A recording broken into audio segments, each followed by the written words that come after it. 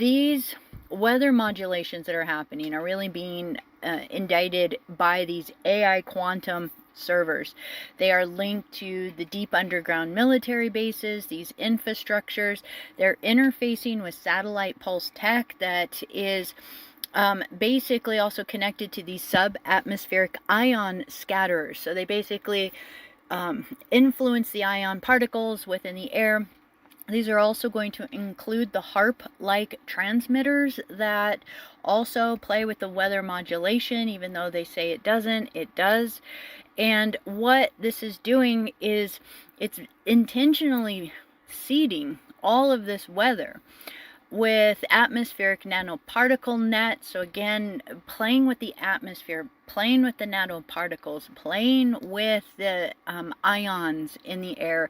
It's also utilizing local electromagnetic pulse rounds from orbit to spike the barometric energy on the planet. So that's the pressure of the atmosphere, and so they spike it and they play with that so that it throws off the weather, and so that the weather has to react in a particular way.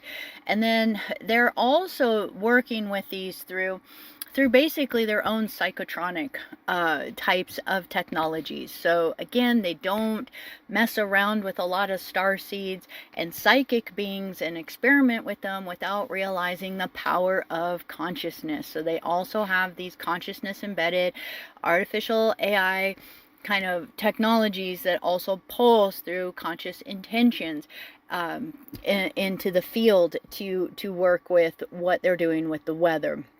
So again, a lot of the energy behind this is primarily set to interrupt, to kind of fight back, and I'll get into a little bit more detail, but just to start to press up this, the holding patterns, the holding grounds of what is going on. These are coming from the different AI, the WISA system. This is coming from, again, spectral types of, or what we think of many times as multidimensional or AI God mimic types of entities that also work with and through sometimes these negatively aligned beings, because what are they feeding off of? They feed off of fear, they feed off of the adrenals, they feed off of instability, lack, loss, all of these different things. So they are loosh harvesting.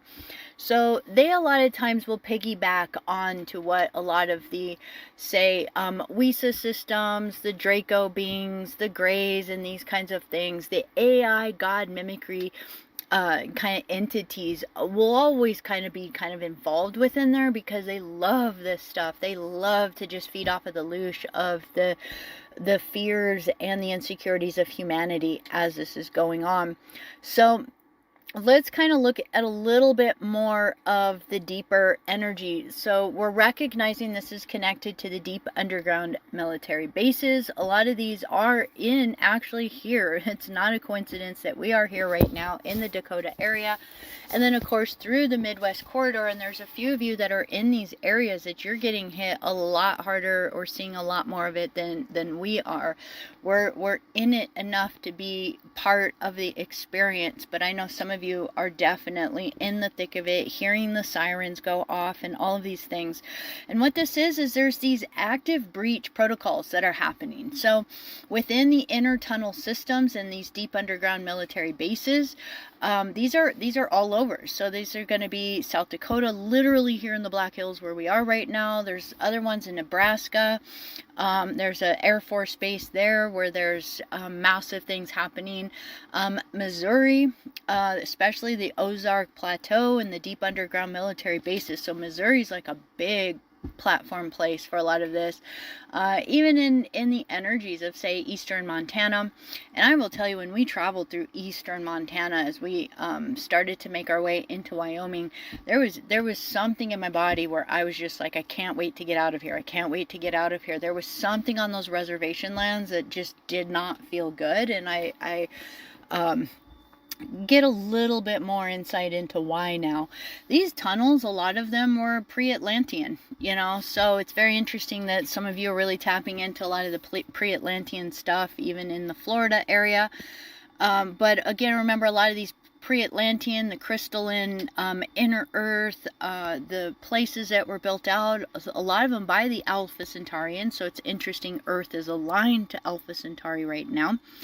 Many of them were co-opted. They were overtaken by the secret space programs. AI encoded race lines. They came in and what did they do? They started creating AI cloning labs, off-world trafficking, jump points. They also do things like memory storage chambers for trauma mirroring fields. So basically, you know, I don't always understand how they do these tech, but when I sit and remote into these laboratories, you can kind of see what they're doing. Political blackmail, evidence storage. So literally these deep underground military bases is like all the drama that we see is being stored in some way. There's also nanite reseeding banks. So, you know, these nanites that are getting in, these self kind of replicating types of things that get into our system. You know, they have different ways, whether it's the laboratories or ways they're working with these.